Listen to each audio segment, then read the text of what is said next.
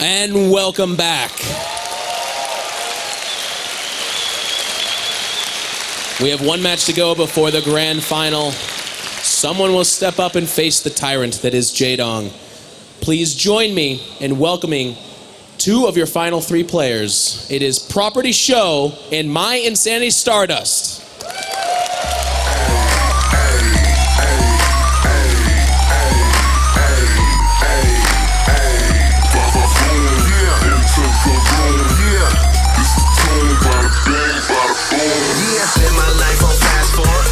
Gentlemen, I've been tracking your story for one round now. There's been some words flung around. We're going to bring it forward now. Stardust, Sjow is on record as calling you a slob, which we have then translated to poop. You have said that you're going to kill him. Say some more things like that to his face.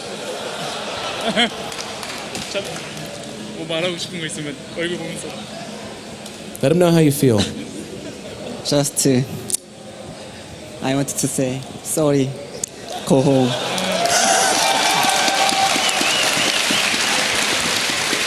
Sjow, you gotta face him, yep.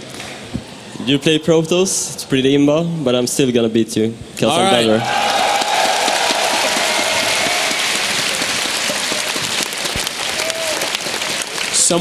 Somewhere in here, Jaedong and Tasia are taking notes. Gentlemen, that was excellent.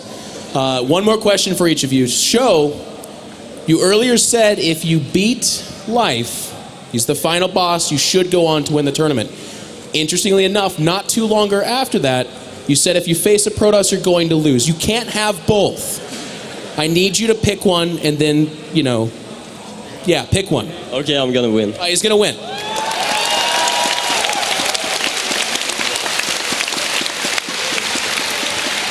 Stardust, you're one match away from a grand final. This would be your biggest achievement in StarCraft 2. All that stands in the way of you is him. If you were to make a face, just like you did on Twitter about Life losing, to this guy, what would your face be after you beat Sjow?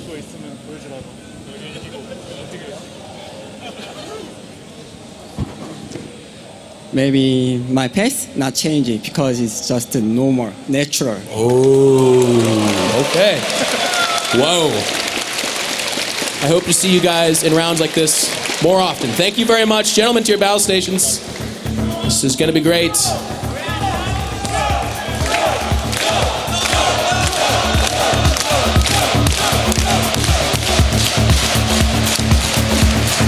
Apollo, the casters are calling for Sjow. Take it away, gentlemen.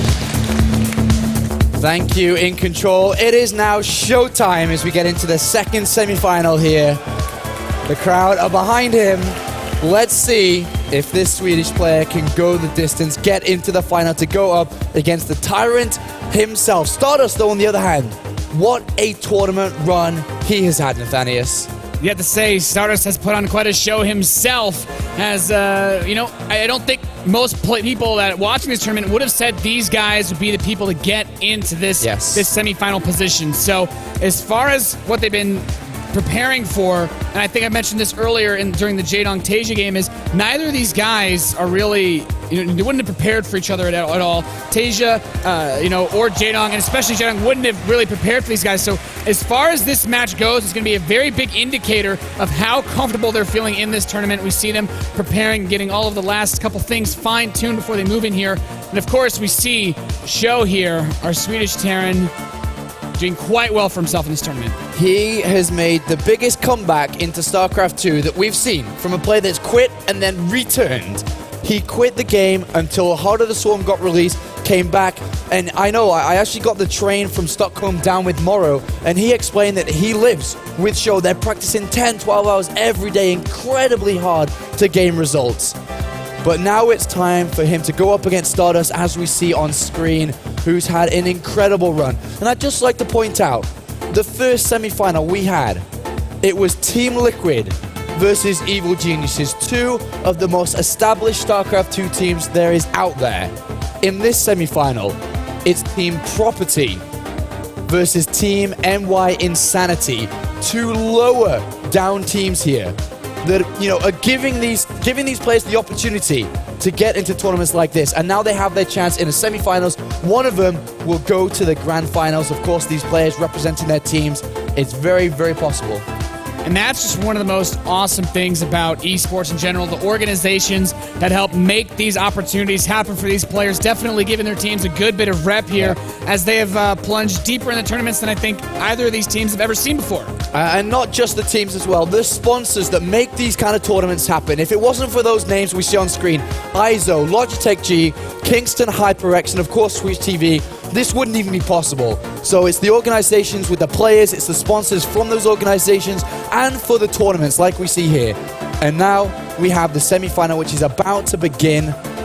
I don't know who's going to win this one. In all honesty, I actually have no idea. You know, after that match, it's life. Literally anything could happen. And another thing to point out is we haven't really seen that much Terran versus Protoss. The number of Protoss has actually been quite low. Stardust, really the only one to make it through this top 16. Do you think that Stardust will play as aggressive and as timing oriented as he did versus Zerg, or has been against Zerg throughout this tournament, against Terran here? Stardust, I think classically, at least from what I've been able to see of him, does prefer that aggression against the Terran players. The map we're going to be playing on Belshir Vestige, there's a couple of proxy locations that are going to be available, but I think as far as the overall arch of this game goes, it might be a little more macro. I don't think aggressive play would be the best against a player like Sjow, and the reason for that is every single game we've seen from him, Reapers. He's looking for those things. All right, it is time. And here we are, ladies and gentlemen, on the map that is Belshir Vestige, spawning in the bottom right position as your blue Protoss player coming from Team My Insanity. It is Stardust.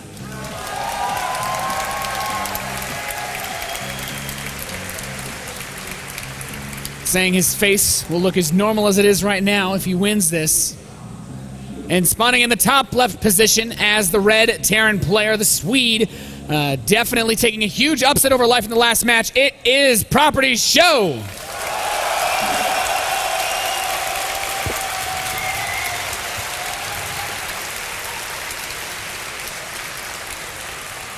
When Swedish players play in front of a Swedish crowd, they just have this magic behind them that allows them to pull off some incredible results. That Naniwa versus Jadon game that we saw just a couple of months ago, we saw Sjow beat down a 5-time StarCraft 2 champion in StarTale Life. I mean, if we're to see this again and Sjow go to the finals, man, anything's possible if you're a Swedish player playing in a Swedish tournament. But look at the build we have. 11 barracks and 11 gas down by Sjow, and much, much faster than the ordinary barracks and refinery. And that's going to be for that Reaper play that we were just mentioning. He's going to be on top of the scouting, which is why, like you said, the aggressive play, not quite as common. But a very important point I'd like to bring up, we talked about morale going into that game against Life. He said, okay, you know, you feel like you're going to be at a disadvantage because of who you're playing against, but you take him out. You go into this match, sure, he may not have TVP as his best matchup, but you go in off of that high. How much momentum he has behind him psychologically to move into this game. Honestly, I feel like this is just going to give Sjow a definite edge, but Stardust, he's got his own little bit of nice personality showing he's not too worried about this match either. Yeah, but does he get nervous playing in front of a crowd like this? I mean, hundreds of people powering the other player. It can be difficult sometimes. The build, though, that Sjow's opting for, again, 2 barracks. We've seen this throughout the tournament from him. He's going to be pushing up to 4 to 5 Reapers. Looking to put the pressure on, scout with maybe 1 Reaper. If there's going to be anything hidden like this probe could very well do. And we'll have to see if he is. He's on the right-hand side here. What are you doing, Stardust? Okay, just coming back down. Okay, I was getting a little bit overexcited there. But I like this build from Sjow. Yeah, you get the scouting potential, and also considering that since there is going to be a Mothership Core opening off of 1 gas for Stardust, getting out of Fast Stalker won't happen quite as fast in terms of dealing with the Reapers. And, you know, once you get 3-4 Reapers, you can really start to micro-well versus those Stalkers, pick them off. He's in the main base now, and he's going to immediately get to work on this probe line. How much damage will he be able to do, though? The Mothership Core is out. Not really too much just yet from Sjow. All right, so the Reaper does poke in, and I was just looking at the Probe Scout. The Probe Scout on the right-hand side was actually because it was 11 barracks and 11 gas. He was looking in case it was a proxy Pharax or something on that right-hand side of the map. It is a build that sometimes Terran players do. Yeah, and I mean, there's a lot of, I think, really good proxy plays, at least in Terran versus proxy. This map has actually classically been a pretty decent map for proxies. Some good spots, especially on that right-hand side if you're going to attack the Protoss, and the left-hand side for the Terran. But, you know, he's going to get in with the probe. He's going to see additional Reaper production is here. He spots that second barracks now, and immediately afterwards we have a reactor and a tech lab starting, so he's going to move straight into that stim and go right into his regular bio production. That's right, just super normal play here from Sjow. Getting these 4 Reapers, then over to just, as you said, a tech lab for stim, reactor for extra marines. And from here on out, he has a couple of options to choose from. Throwing down the factory, definitely one very shortly, then the engineering bay and whatnot, and just play the game standard up from here. But we do see Stardust, though, getting a Stalker down, putting it down an extra gateway too inside his main base. Should be wanting to throw down the third one, I suppose, as well, if he's going to get the second. But an incredibly early, oh my gosh, an incredibly early third here from Sjow. So what Sjow is doing, he's going to have these Reapers to harass. He can two-shot these workers pretty damn easily. But the Reaper play, with good micro, he can whittle away a lot of these Stalkers. The most important component of the build that he's going for, he cannot lose these Reapers. He's taking such an early third command center. He needs to keep these Stalkers away. And we do see at Stardust now with the third Stalker and a fourth one on the way. He's looking to at least get map control back. He does not want these Reapers here, but the threat of the Reapers, despite the fact that he can't win a straight-up fight, should keep these Stalkers at home long enough for him to get this third command center. All right, I'd just like to update you guys on one little thing here. Jaedong, of course, in the semi-final. Oh, actually, hold that thought for a second as these Reapers come in. Just make sure nothing too crazy happens. So he does pick off a probe there. The Stalkers on the left-hand side are making their way across. There isn't a bunker down. Well, this could be... There's a Marauder 2 Marines here. The Reapers are going to have to come back to defend. It's a little bit scary. He may lose SCVs here to help defend this. A little bit greedy from Sjow, not getting a bunker down. Yeah, those Reapers not being able to spot this makes it a little bit difficult. He's going to take out one of the Stalkers. Marauders are pretty damn good versus Stalkers Apollo. And he's not going to take terrible amounts of damage. In fact, he can even try to catch those Stalkers, the Reapers now, especially since one of them is quite softened up. And Stardust going for a bit of a poke here, but not really doing much with it. That third command center not going to be stopped. Oh, he gets one Reaper, and he's going to micro his units around. There is another Stalker to help out here. There's that other Reaper. Oh, it does fall down. Loses one Reaper in change here, but the Reapers are a lot faster than Stalkers, and they're going to run away. And Stardust does go back. Likewise does Sjow. All right, so as I was talking about before, Jaedong in the semi-final, by the way, is already qualified for DreamHack Winter, right? He got semi-finals at DreamHack Stockholm, so that kind of opens up a slot. And what happened between Lucifron, Tilo, and Life, they all had to play each other. Tilo beat Lucifron, and then Tilo then had to play Life for a position to move on to DreamHack Winter. Tilo beat Life 2-1 and will be in DreamHack Winter at the end of the year, representing Germany, representing Team Liquid after beating out Startail Life. He will be there. He is qualified for the DreamHack Winter Finals in November. Quite a crazy tournament we've had so far. The Reapers do dive into that main base of Stardust. Not able to get a crazy amount. He's actually kind of blocking his own gas, the force field, but the hallucinated Phoenix sees this third. And he's going to say, well, how long have you had that? We do have the 1-1 coming in. Charge is coming up. Templar Archives. And I feel like this is actually being pretty difficult to put the pressure on. He could go for a big 2-base timing with this, but I feel like it's going to be a little bit late. Yeah, it's really, really late now. The production's already starting to kick in. Look at all these extra barracks inside the main base of Sjow.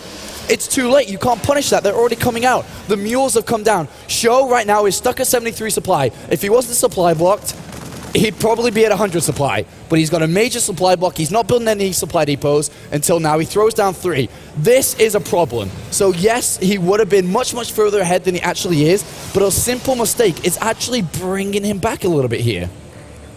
Yeah, you go for the economic lead like that. One of the things that can happen is you explode in resources, you explode your production. Then, and if you don't stay on top of the tiny mechanical things, you're going to run into issues with that. We also still only have a single engineering bay here, so his +1 attack is going to finish soon. But the 2-2 is going to start up very quickly for our Protoss player. He does have Sonic Storm being researched. He's going to get an Archon up. But now the stim is complete. He's going to get on that. He's going to start being a little bit more aggressive on the field. But the medevacs are on the way as well, Apollo. In an ideal world, Sjow cancels the third base.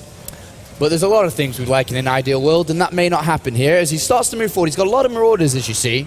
but because he's thrown a lot of his money from the early third command center into production, not so much quality of units such as the upgrades and the medivacs here. So if he runs in here, in an ideal world, he's going for the third. He's just going to gun it down. That third base is going to fall. The force fields will not be able to stop this bio from escaping. He's going to get out with damn near everything, Apollo. That is incredible here. This is a dream for a Terran player to take an early third, and then the Protoss player's like, oh, I'm not really going to come attack you. I'll take my own third, and then you don't get it. And now he's moving in. He picks off a couple of zealots, and well, that third base that he got so early, denying the third of his opponent, this is not something that you see every day, ladies and gentlemen. Sjow playing super greedy, and it is paying off in big dividends for our Terran player. 130 supply to 97. Slowing down that third base is incredible, because what Stardust needs from that is gas. He needs to be able to build high Templar upgrades, get ready to switch over into Colossus. Right now, Sjow actually hasn't got a Ghost Academy down. He's throwing down more barracks. He's looking to just play like a Zerg style against Protoss. He's just going to swarm him with units after units after units. He's got a big drop of 4 medivacs headed to the main base. He's got units in the middle of the map. Stardust is out of position. If he snipes this main Nexus, Nathanius. Well, he does have a Templar there. He will be able to storm this. A lot of damage taken on that Bioforce, but those buildings are actually going to prevent the Zealots from getting as close as they need to be. I don't think he'll be able to get the Nexus, but he is going to lift up. One of the other unfortunate things, he's been supply blocked at 137 for quite a while now. Still no supply depots under construction. Like we mentioned earlier, these supply blocks are really keeping him from getting that lead that, well, I mean, he kind of deserves at this point with his build. What's really good against a player that's super aggressive is a counterattack. Stardust has a Warp Prism locked and loaded. It looks like he's waiting for Storm here, and he's going to get into the mineral line. This is a brilliant counterattack setting up here by Stardust. If he gets in that mineral line, lands the Storms, puts the Zealots in the right place, he's going to, bring back, almost a neutral game if he kills a lot of SCVs here. As he's heading right towards that, this is going to be a big, big play. Yeah. Sjow has no idea. He's got no units, no turrets, no nothing here. Oh, Stardust, you cheeky little guy. Here he comes. That Storm drop inside of that Warp Prism. He's going to land right outside Sjow's third. The Templar drop. The SCVs are all going to die. A terrible amount of damage being caused. He does still have some left over from the gas. If you somehow survive that traumatic experience, and he will mule it, but that brings the worker count quite close between these two players. It was about 70 to 50. Now it's 65 to 56. He heard him, but still, Sjow is definitely still in the lead, and he has quite a big army in the middle of the map. Lots and lots of money right now. Sjow needs supply depots. He just needs to open up his production, open up supply depots, and just build a bunch of units. He's got so much money. Yeah, I feel like at this point he should just drop 10 depots right now, just be done with it. Maybe that's a gross overestimate of how many he needs, but the idea is he just needs to get that out of the way because it's really slowing him down. He's blocked at 169, no depots in production. He's basically waiting for the command centers, and while this is a nice force from him, it could be so much bigger, Apollo. Yeah, Sjow can't really break this. There's too many storms. He doesn't have ghosts yet, so he's just kind of messing around, picking up any loose units. What ideally we need to see from Sjow, hold that thought. On the left-hand side, he's coming down this side. Is he going to be able to get that Nexus once again? Oh, there's the Zealot top and the top right. The Storms are going to drop. He is going to be able to shove the left side force back. The Storm's hitting that army. There's so many medevacs here to heal up these Marauders. He will be able to get out some of them. He's actually going to get sandwiched here as the Zealots come in from the other side. He'll need to lift up and get out of there. He's losing a lot of his army at the process, though, Apollo. Yeah, not the best fight there for Sjow. He is going to try dropping the main base. At this point, Stardust is jumping across the other side of the map. He's going for it. He's going to go for a massive counterattack, realizing that Sjow lost a lot of units. Ghosts in the middle of the map are falling down. He can storm that base as well if he wants. Stardust could actually just go ahead and counterattack and win. Oh, good storm to get into an Archon. Sjow is in so much trouble. Look what he's got at home, nothing. He sent all the units that escaped straight over to his opponent's main base. And Stardust, he's like the honey badger, he doesn't care. He's going to push right into this natural. The SCV is getting caught on their way back into the main base. And Stardust doing a ton of damage. The Archon being morphed inside that third base. The economy's been shattered, almost getting the main Nexus. He will take that down. But what does he have left to stop this big push? There's a bunch of SCVs and that upgrade advantage. With the +3 armor, really making these Zealots hard to kill from Stardust. Exactly, Nathanius, but at what cost? This is difficult because at the moment, yes, he's killed the Nexus, but he's fallen so far behind. He's at 108 supply. 3-3 has now finished for Stardust. He's got the Photon Overcharge down to the natural Nexus. Sjow's in trouble. especially since he can force field his army. And he says, okay, hang on, children, wait, let me kill off everything else that you have. Now I'll deal with you, or I'll just leave. And Stardust putting himself in a fantastic position here in this first game. There's still a decent number of SCVs for Sjow. He still can mule, but he's lost so much. That Archon going completely ham over there. The right side base was shut down as well in this process. We even see Stardust is going to switch into Protoss shields. He wants every advantage he can get in this game. Yeah, Show's going for one last attack. He really messed this up because I feel he was doing so well, had a good advantage. One bad fight into a bad counterattack, and he's down and bleeding. Unfortunately for him, he's going to counterattack with SCVs into a bunch of High Templar that are going to have Storm in seconds. This is impossible for him. Yeah, he's going to go for it. The charge lots, so 3-3 charge lots, chasing him down like a linebacker, digging into these SCVs. The Storms are available to force fields, holding these units in, and we are going to see potentially some Storms. There we go. Not really hitting too much. The problem is Sjow cannot replace what he's lost so far. He's just losing so much of these units. I'm not sure. He's up to 100. He's up for 134 supply to 48. Sjow, he is looking in dire straits this game, Apollo. Yeah, he's in dire straits. He's pretty much dead at this point, and Stardust continues his incredible run at this tournament, and he's going to pick up map number 1 here. There's nothing Sjow can do here apart from think about his next game and start to build a strategy to bring his opponent down, eliminate those mistakes he had, supply depot blocks, and other simple things that he messed up on here. Down to 35 supply with 7 SCVs. There's actually no way he can win this game. Not really. He's going to try to catch some of these Templar, but he's immediately going to get stormed. And this is just a rough spot to be in. He went for ghosts at a pretty reasonable time, but they weren't with the army when he needed them. There's the GG. Stardust opens up 1-0 against the Swedish Terran. Yeah, great game there by Stardust, but I really do believe that was Show's game to lose. He had it in the bag, almost had it in the bag there. One bad fight and bam, everything switched around. Stardust takes map number 1. Remember, it's still a best of 3. One game and Stardust goes to the grand finals and plays against Jadon.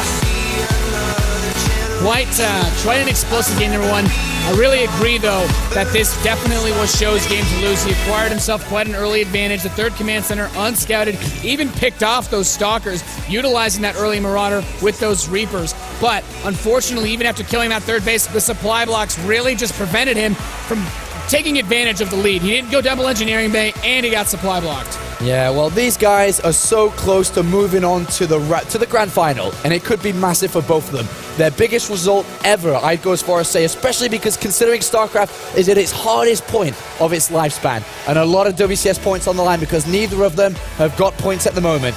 Guys, we will continue with the series after a commercial break.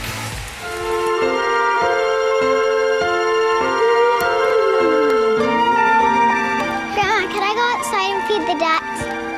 Sure, sweetie. You go right ahead.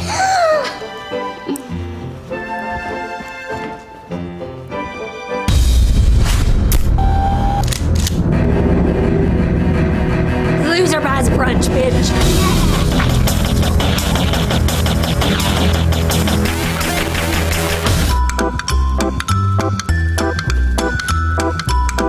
It's time to pull some b****s.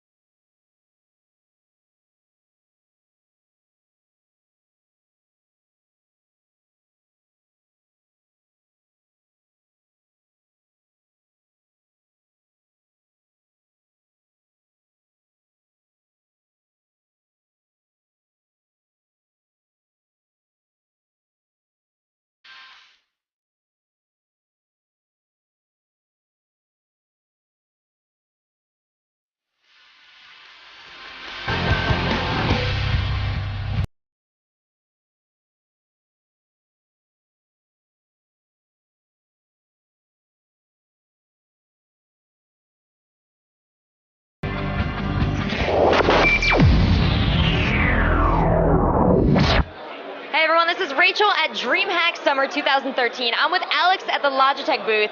Alex, how is Logitech involved in DreamHack? DreamHack's fantastic, and as part of Logitech, we're really excited to come here.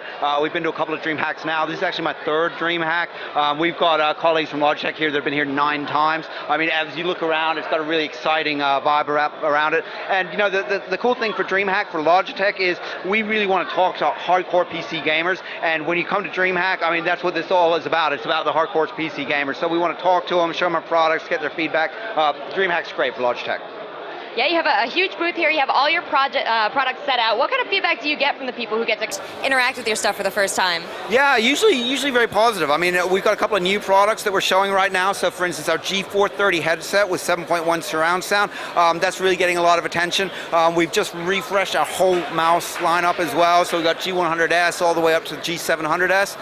And each mouse is optimized for a different type of game, if you like FPS or MMO. So we're really pleased with the mice lineup. They're getting a lot of attention. And you know, like, it's just good to be able to talk to gamers, talk about games, that sort of thing, because back home, like, my girlfriend, she doesn't understand. So like, I like coming here and just hanging out with people that have a similar interest in me. Well, one of my all-time favorite gaming peripherals was the MX518. Oh, yeah, sure. That is Okay. my favorite mouse. So what am I going to look at? Because I know you don't have that anymore. I'm trying to update my setup. What am I going to get? Yeah, so the MX518, I mean, this is really an iconic product for us, and we still today, we still get asked, like we've just been asked, for the MX518. So the MX518 actually does still exist in our range, but it's called something else. So that went from the MX518 to the G400, and it's now the G400S. So it's got the same sort of form factor. We've updated, like, the sensors, this sort of thing. But if you like the MX518, the G400S, that's the product you want. All right, I've taken my notes here. You guys are also taking notes. Like you said, you don't just have fans through the booth, you also have a lot of input from professional gamers. Yeah. So what is Logitech's relationship with the professional gaming scene? Yeah, so I mean, there's a couple of teams that we support, and what we like to do really with the team, and we're also in touch with a lot of teams as well. So if we're not necessarily the sponsor, we're getting them out product, we're getting feedback back from them. So we get a lot of feedback from pro gamers in terms of the features and the benefits that we put in our products, because, you know, we really believe science wins, and we try and make our products to solve a problem that a gamer will have. And to get that kind of feedback, they've got to have the products early before we release them. Then we take the feedback, we put it into the product. An example I would give would be the G600 mouse. This one over there, it's for RPG MMO players. So if you're playing like WoW, something like that. And the shape of the buttons, we actually tested even down to the shape of the buttons and the way it's oriented with pro gamers, and the end result is what you see now. So what kind of feedback do you get from non-gamer consumers? Do they really seem to notice the pro gamer influence? Yeah, I mean, they certainly do, you know. I mean, because the features and the benefits that a pro gamer needs, I mean, by and large, not all the time, but by and large, these are the features and benefits that a hardcore gamer needs as well. And we really go for the hardcore gamer. I mean, we're definitely after people that are playing, you know, there's different numbers. It's either 16 hours a week, 20 hours a week. You know, these are people whose gaming is their primary hobby. And we make product for that market, for specifically the PC gaming market of that type of player. So yeah, I mean, everything from like the sensors, the comfort's super important. I mean, people sometimes ask me what's the most important thing with the mouse, and I always say the comfort, because you're using it like 10, 12 hours, you know, sometimes it is sitting, if you can. And yeah, then like the sensitivity, the accuracy of the sensor is super important as well, and the comfort of the headsets as well. Yeah. Absolutely. I hate when my ears get squished. It always hurts. So what are you guys playing in the office? Do you have a favorite game? I do have a favorite game. I'm playing PlanetSide 2. I play an absolute ton of PlanetSide 2. And I'd give a shout out to my outfit, Vanu Vanguards, on Woodman server, VVG, Vanu for life. So yeah, that's what I play. I mean, we got a lot of guys that play a lot of different games. Like World of Tanks is pretty popular in the office. Of course, a lot of League as well. You know, but like as an FPS player myself, I'm just hanging out for BF4, to be honest. Battlefield, an exciting game. Do you have a message for any of the fans here, maybe who haven't wandered by the Logitech booth yet? Come by. We got some swag showing up that we're going to be distributing tomorrow. So if you've not dropped by the stand, drop by, have a look at the products. We really want to talk to you and hear what you think about the new range. We'll show you some cool new stuff. Great. Well, thank you so much, Alex. You guys check out the Logitech booth, check out their new line of G-Series products, and fall in love just like I did.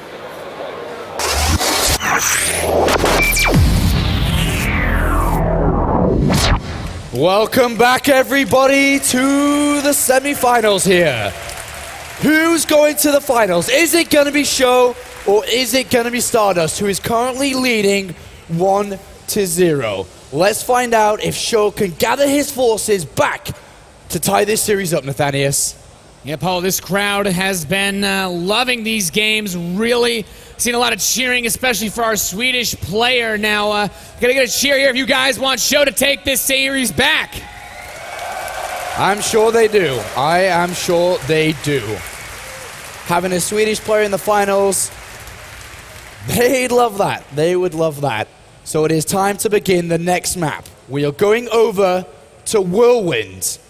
Sjow made a couple of mistakes previously. He erases them this time around. If not, Stardust goes to the finals, making a remarkable run. His first major big tournament like this. Let's find out who's going to do it, Nathanius.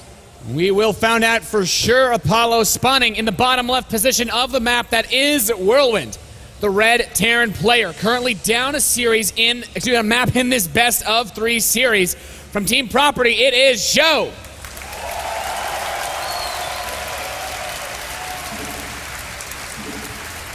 It'll be no small feat to come back here in this match. He's got quite a formidable opponent. And here he is, spawning in the top left position as the blue Protoss player from Team My Insanity. It is Stardust.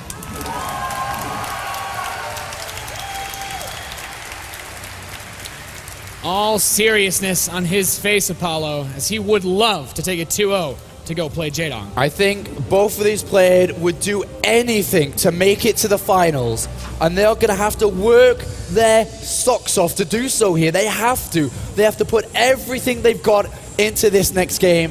Sjow, of course, needs to tie this series up. It's a best of 3. It's the first player to get to 2 victories, and he's currently down behind this, but he is opening up with a build that we don't see that often.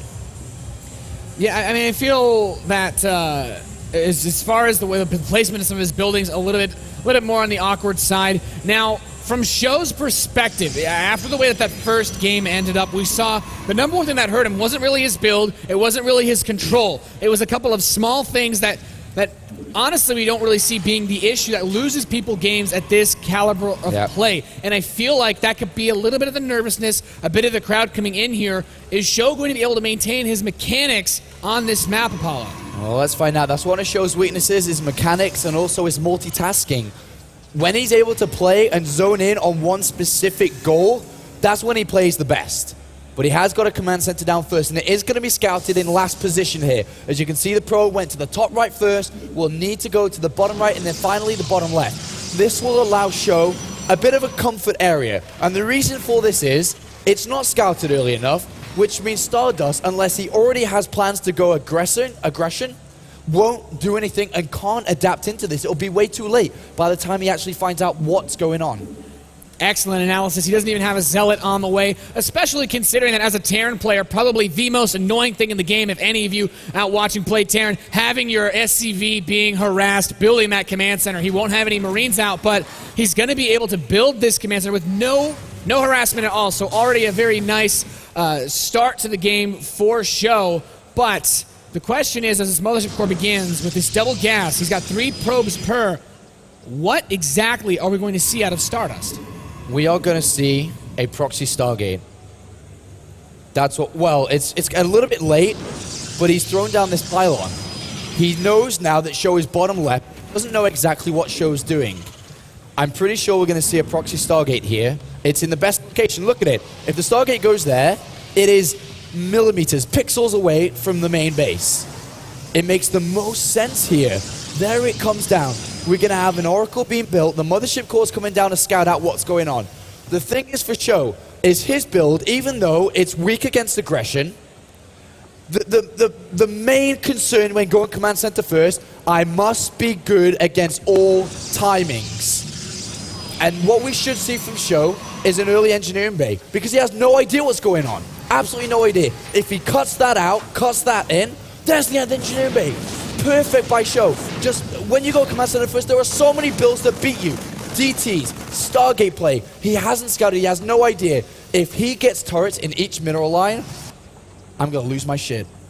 I would not be surprised, but the thing here, those missile turrets, if he starts them the instant that engineering bay is done, they'll be completing basically right as the Oracle arrives. He has the chrono boost going. Also consider the third barracks for Sjow very late. His Marine production is quite limited. He's even going to get a Reaper now and go straight into Marauders. He got those add-ons, and this is where things can get a little bit dicey. The first Oracle is about to complete. Is he going to wait for a second one? I don't think so. He's actually going to queue up a Void Ray behind this. He could be going for some big aggression to follow up this Oracle. All right, Sjow is in a bit of trouble here. The Oracle's going to go in untouched. There's no Marines. They're all in the natural. Stardust is going to open this up with a bang. 1, 2, 3 SCVs are going to go down, and more will follow. Sjow now needs to build turrets, needs to gather his forces. Otherwise, Stardust, the guy that's made a miracle of a tournament, will go to the finals.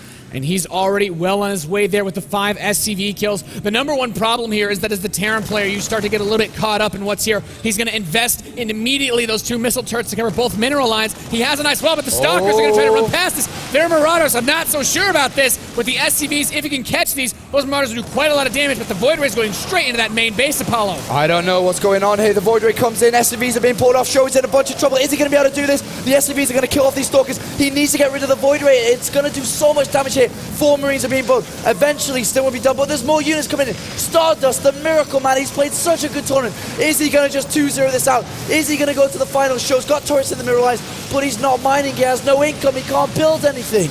And this is that danger. Of course, he will finally pick off that Void Ray. He's trying to chase the Stalkers out of his base, but there's a pylon warped in the main. The Oracle coming in with more energy will chase away these SCVs, and Sjow is taking quite a considerable amount of damage. The worker count's still pretty damn similar, but those Stalkers, he needs to get them out of his base. He might even be able to cancel the stim. Dude, 4 more Stalkers can come in, or a couple of Stalkers can come in. Sjow tries to go for the Shroud, doesn't quite get it. Zealots can be warped in now to really deal with these SCVs. Sjow is down at 28 supply, and despite how good he's played in this tournament, his tournament may be coming to an end here. He's got stim. He will have +1 soon. He's doing everything he needs to hold on to this. He's coming back, trying to defend from his main base.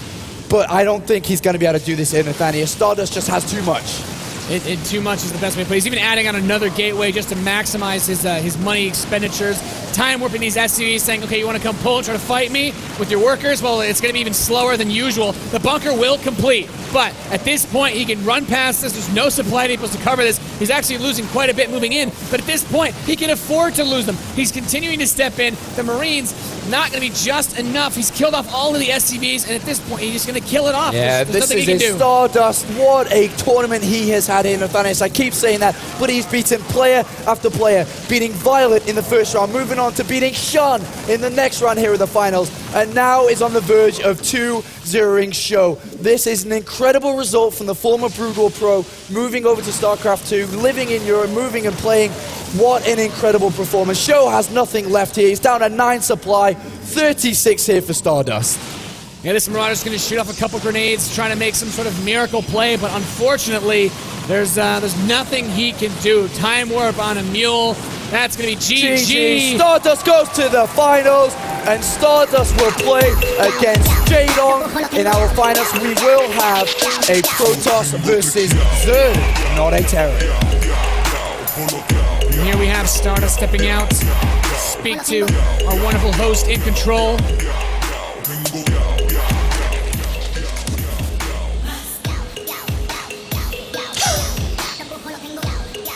All right, congratulations. You've made it to the grand finals, ladies and gentlemen. Give it up for him, please, one more time.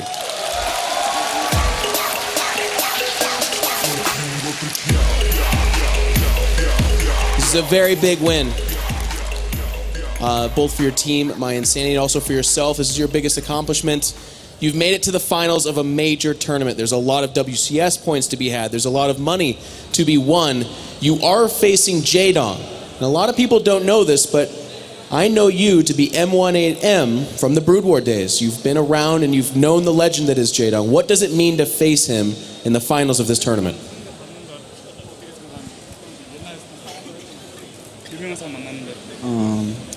He at the Brood War, he is just #1 legendary player. So everyone knows he is very strong and like miracle his play. But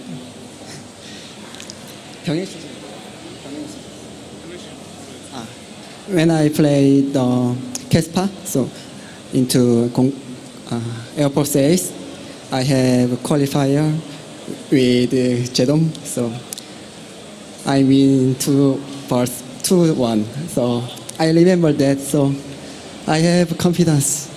Very good.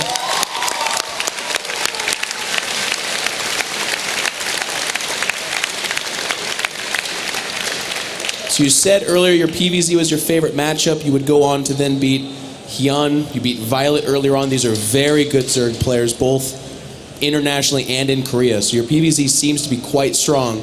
What is your prediction score-wise for the final best of 5? I think, I don't know, just I know I'm one. Okay. So one last question for you.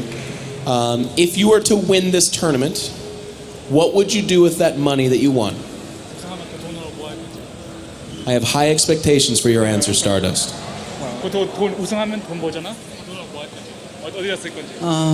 First, I'm sending money at home, so my parents to go travel. One more time. Try it again.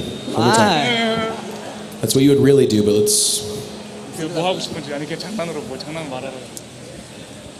Just party. Yes!